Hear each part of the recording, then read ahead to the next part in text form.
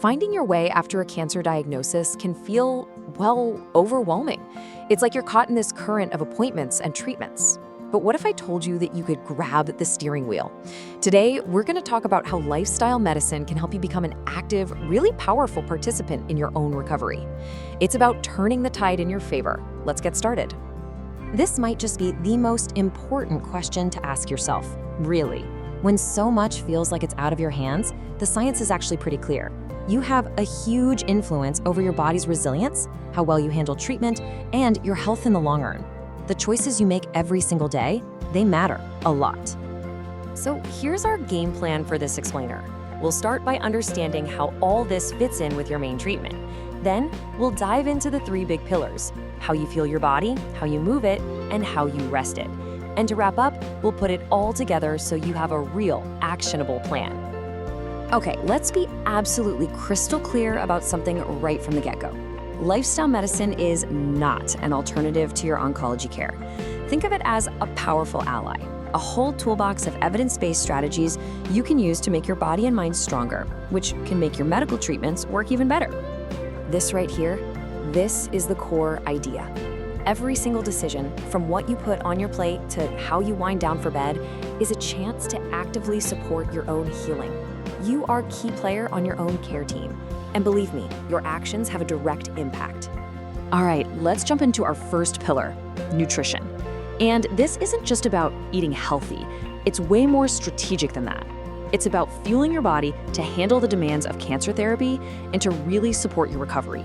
It's like giving your body the absolute best raw materials to rebuild and repair itself. So you've got 2 sides of the coin. On one side, you have ultra-processed foods, packaged snacks, sugary drinks, those ready-to-eat meals. They're built for a long shelf life, not for your long-term health. But on the other side, you have whole foods, fresh vegetables, dals, fruits, lean proteins. These are the actual building blocks your body is crying out for, and that difference is just massive. So just how big of a deal is this choice? Well, a major study found that cancer survivors who ate the most ultra-processed foods had a staggering 57% higher risk of cancer-specific death compared to those who ate the least. That number should really make us pause and think about the power of what's on our plate. So, what does the right fuel look like based on the evidence?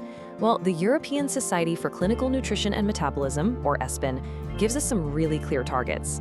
As you can see, they recommend 25 to 30 kilocalories per kilogram of body weight for energy, and for protein, a solid 1 to 1.5 grams per kilogram.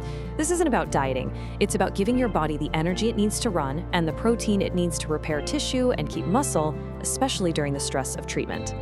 And you should know, this isn't just guesswork. This is a flowchart from the official ESPEN guidelines, and it shows the systematic way your care team approaches this. See, they start by screening for any nutritional issues. Then they calculate your specific energy and protein needs. They even adjust things if there's weight loss.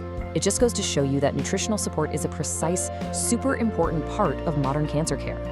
Now, that brings us to our second pillar, exercise. For a long time, the advice was just to rest. But we now know that moving with purpose is one of the best things you can do to get ready for the physical stress of treatment and to bounce back faster afterward. This whole proactive approach has a name, Prehabilitation. The idea is actually pretty simple and honestly pretty cool. You're basically an athlete training for a huge event. Cancer treatment is a marathon for sure, and Prehabilitation is your training camp. It's all about getting you physically and mentally prepared for what's ahead. Now, a really good prehab plan is what we call multimodal. That just means it has 3 key parts that all work together. First, you've got a tailored exercise program. Then, it's backed up by that nutritional optimization we just talked about. And finally, it includes psychological support to help manage all the stress and anxiety that naturally comes with a diagnosis. And does it work? Oh, yeah. The evidence is powerful. A huge clinical review found that this integrated approach, all 3 pillars working together, slashes the risk of any postoperative complication by about 23%. That's proof that preparing your body beforehand makes a real, measurable difference in how well you do after surgery. Our third pillar is the one that so often gets overlooked: rest. Seriously, quality sleep isn't some luxury when you're going through cancer treatment. It is a non-negotiable, biological must-have. It's when you're asleep that your body does some of its most important repair work. But here's the tough part. Research shows that up to 60% of patients have symptoms of insomnia during their treatment. And this isn't just a small problem. Not getting enough sleep day after day can get in the way of physical healing and your emotional resilience. It can create a really frustrating, vicious cycle. So, what's the answer? Well, the gold standard treatment, the one that clinical guidelines recommend first, isn't a pill. It's a special therapy called CBTI. It's all about learning new skills. The cognitive part helps you challenge those anxious thoughts that are keeping you awake, and the behavioral part helps you build new, powerful habits that actually promote good, restful sleep. What makes CBTI so effective is that it goes right after the cancer-specific worries that keep sleep away. I mean, these thoughts, this feeling of being trapped by worries about treatment or the future, it's so common and it's completely understandable.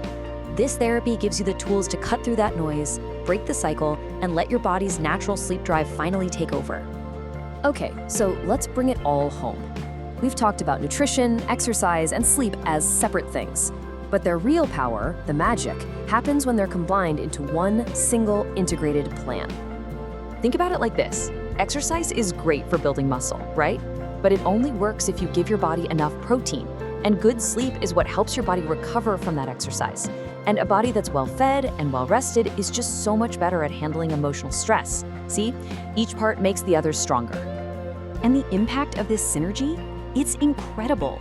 A 2018 study found that cancer survivors who closely followed the American Cancer Society's guidelines for diet and physical activity had a 42% lower risk of death than those who didn't. 42%. That is the power of putting it all together. So what's your first step? It all starts with a conversation. Just talk to your radiation oncologist and their team. Use the points you see here as a guide.